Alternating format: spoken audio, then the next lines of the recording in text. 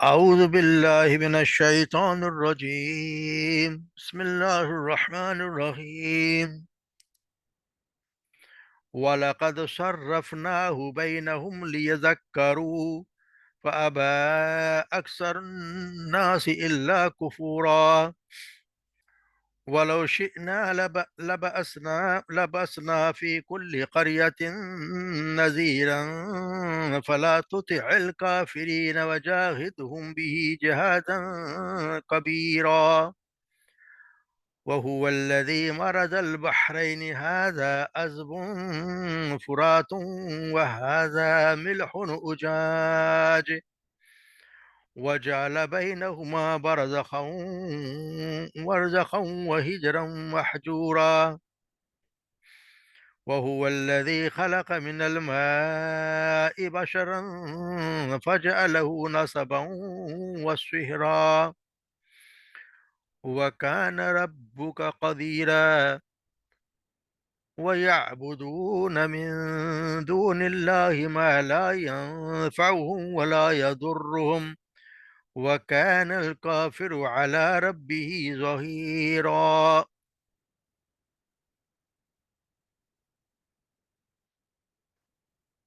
وَلَقَدْ صَرَّفْنَاهُ، اور البتہ یقیناً صرفناہ بار بار ہم نے پھر پھر کے بیان کیا اسے، بینہم ان کے درمیان، لیذکروا تاکہ وہ نصیحت حاصل کریں،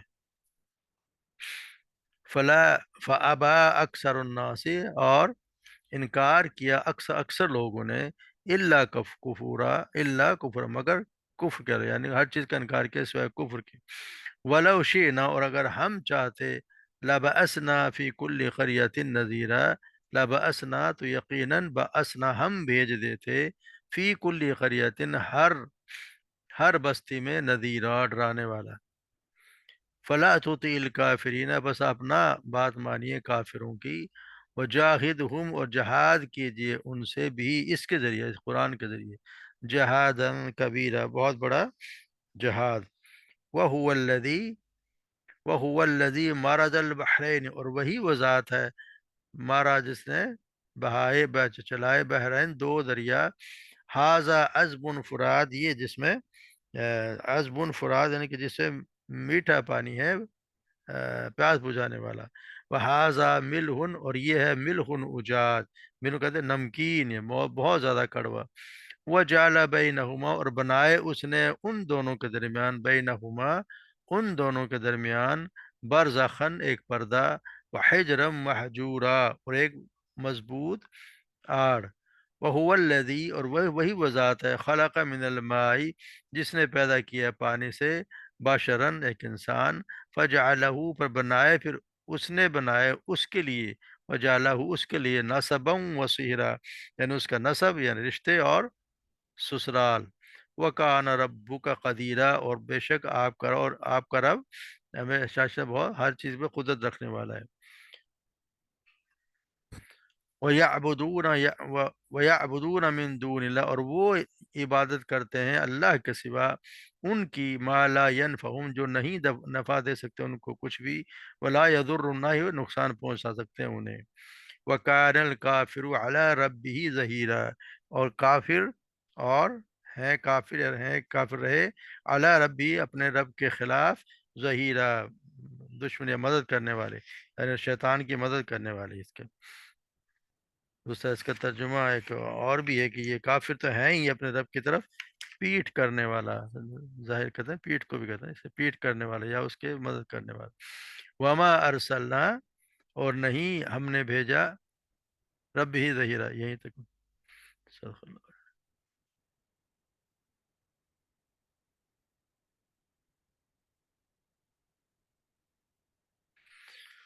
وَلَقَدْ صَرَّفْنَاهُ بَيْنَهُمْ لِيَذَّكَّرُوا اور ہم نے بار بار کھول کھول کر بیان کیا ہے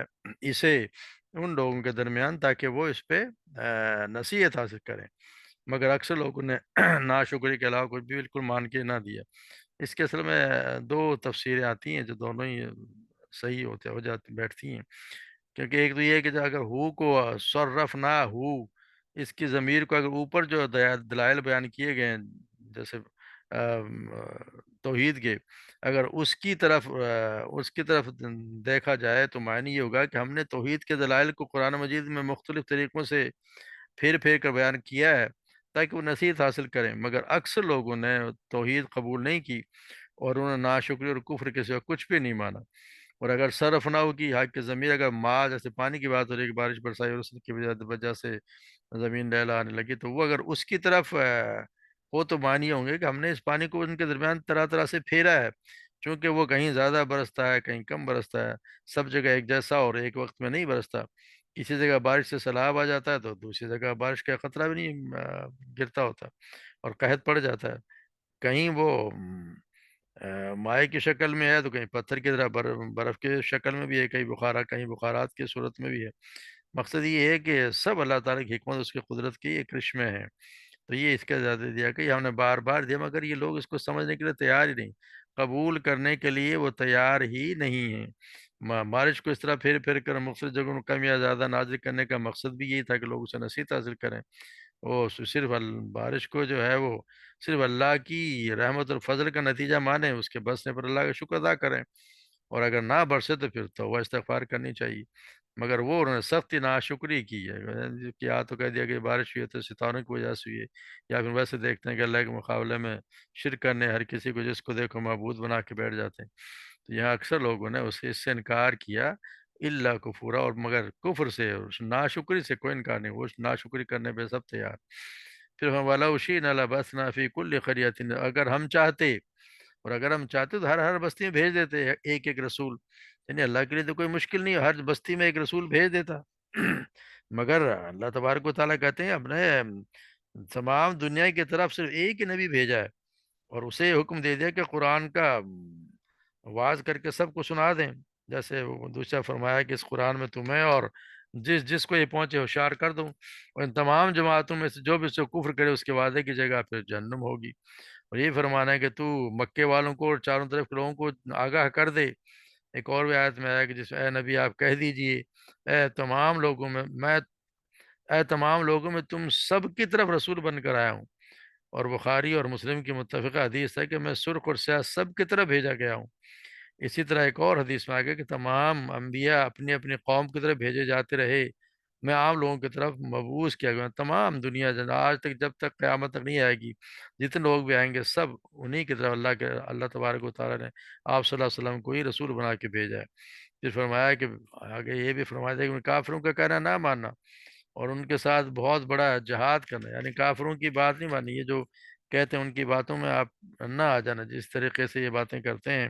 یہ اللہ تبارک و تعالیٰ نبی کے ذریعے اصل میں تو ہمیں بتایا گیا ہے کہ ان کی کسی کی بھی بات ماننی نہیں چاہیے، یہ نہ ہو کہ ہم ان کی باتوں میں آ جائیں اور کوئی ان کے خلاف جو ہے، ہمیں تو حکم دیا گیا جاہدہم بجہادن کبیرہ، ان کے ساتھ جہاد کرے، یعنی یہ جہاد کے لغوی معنی تو کسی مقصد کے حصول کے لیے بھرپور کوشش ہے، اور جہاد کبیر میں پھر تاکید بھی پائی جاتی ہے اور وسعت اور پھیلاؤ بھی ہے، یعنی کہ ایک تو اس امت کا ہر فرد اپنی اپنی کوشش میں کوئی کسر نہ چھوڑے اور اپنے تمام ذرائع استعمال کرے، دوسرے یہ کہ دشمن کا ہر محاذ پر مقابلہ کیا جائے جس پر اسلام دشمن طاقتیں کام کر رہی ہوں، اس میں زبان سے بھی ہے، قلم کا جہاد بھی ہے، اپنے مال سے بھی جہاد کرنا ہے، اور پھر اسلحہ کے ذریعے لڑائی تو ہے ہی ہے، قتال تو ہے ہی ہے، تو ہر لحاظ سے بھی جس محاذ پر دشمن اور اسی محاذ پر اس کو پوری قوت سے مقابلہ کیا جانا چاہیے۔ تو یہ اصل میں جہاد کبیرہ کا یہاں مقصد دیا گیا کہ جاہدہم بھی جہادن کبیرہ۔ اور پھر اللہ تبارک و تعالیٰ هو الذی مرج البحرین ھذا عذب فرات وھذا ملح اجاج، اور وہی ذات ہے جس نے دو دریا بہائے جن میں ایک میں بہت میٹھا پانی ہے اور دوسرے میں جو ہے وہ بہت ہی کڑوا کھارا، اس کو کوئی پیے گا ہی نہیں، مگر پھر اللہ تبارک ان کے درمیان ایک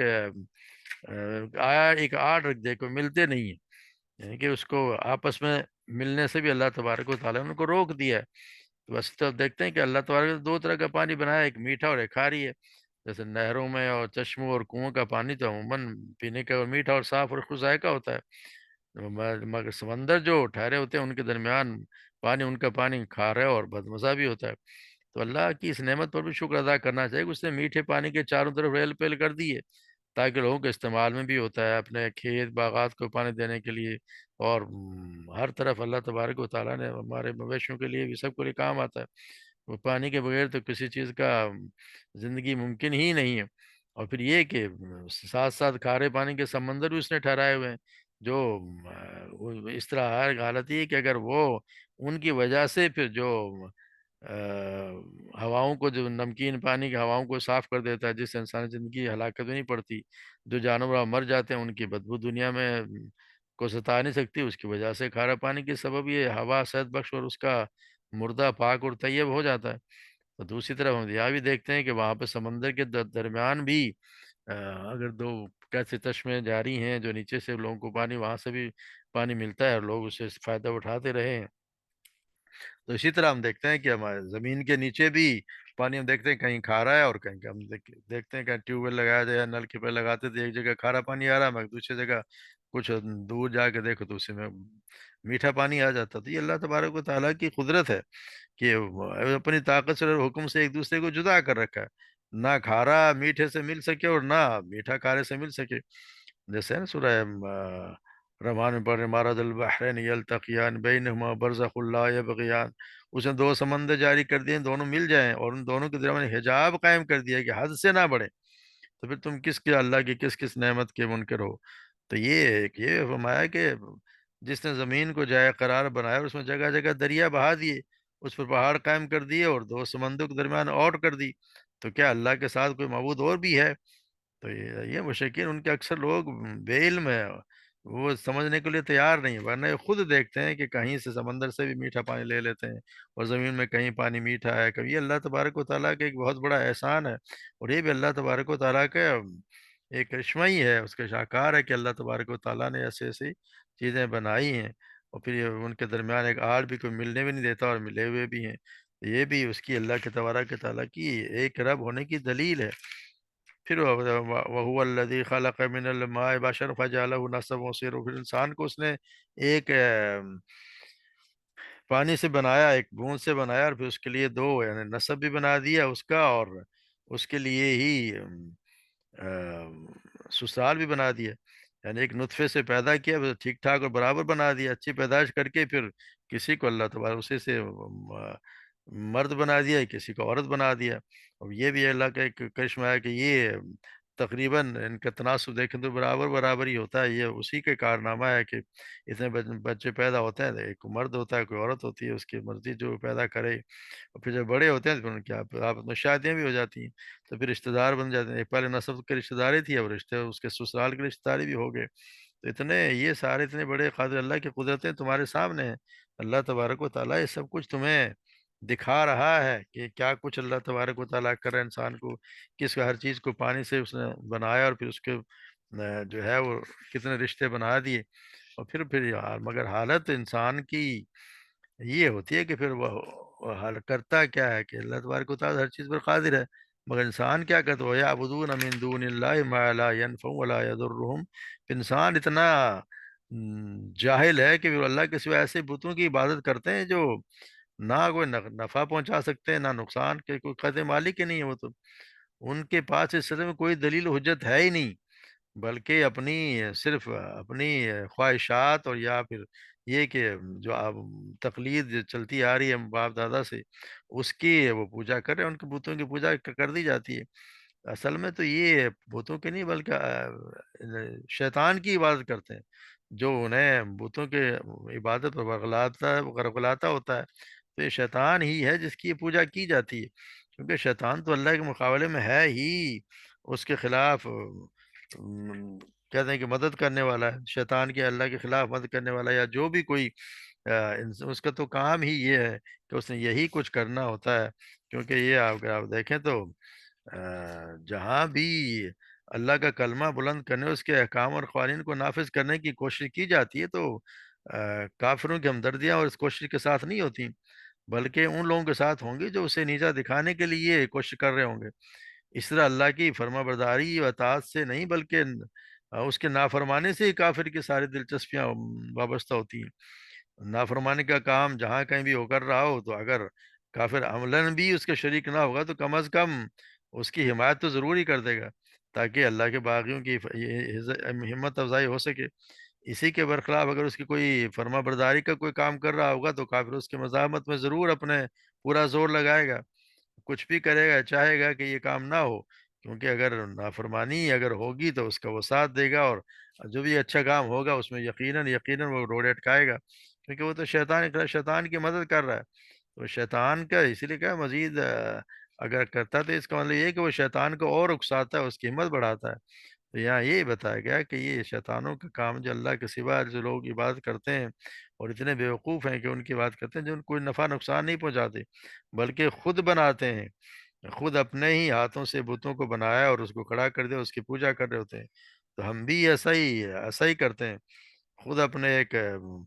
مردے کو ہم خود نہلاتے ہیں، خود اس کے کپڑے اتارتے ہیں، خود اس کو ہم کفن پہناتے ہیں، خود لے جا کے چارپائی پہ اٹھا کے اس کو لے کے جاتے ہیں، اس کے لیے ہم مغفرت کی دعا کرتے ہیں، اور پھر اسے اپنے ہاتھوں سے قبر میں اتارتے ہیں، مٹی اس پہ ڈال دیتے ہیں، جیسے ہی مٹی میں ڈالتے پھر اسی سے مانگنے لگ جاتے ہیں۔ وہ اتنا عاجز کہ خود نہ اٹھ سکتا ہے، نہ پہن سکتا ہے، نہ کچھ بھی نہیں، اس کے باوجود ہم پھر ہمارے یہاں اللہ رحم کرے کہ لوگ ان سے مانگتے ہیں، حالانکہ خود اپنے ہاتھوں سے ان کو دفنایا ہے۔ تو یہ ہمارا حال بھی برا، اللہ تبارک و تعالیٰ اس سے ہمیں بدعات سے اور شرک سے بچائے۔ اصل مسئلہ تو یہی ہے، کیونکہ توحید جو ہے وہ انسان کو جنت میں لے جائے گی، توحید انشاءاللہ ضرور جنت میں لے جائے گی، مگر اگر اس کے ساتھ شرک شامل ہو گیا تو یہ اللہ کا ایک فرمان ہے کہ شرک کرنے والا کے لیے جنت میں نے حرام کر دی ہے۔ ہر اللہ تبارک و تعالیٰ گناہ کو بخش دیں گے سوائے اس کے کہ اس کے ساتھ کسی کو کسی بھی حیثیت میں، اس کی صفات میں، اس کی ذات میں شریک کیا جائے۔ تو اللہ تبارک و تعالیٰ ہمیں اس سے بچائے، سب کو بچائے، اور اللہ تبارک ہمیں صحیح سمجھ عطا فرمائے، اس عمل کرنے کی توفیق بھی عطا فرمائے۔ وما علینا الا البلاغ۔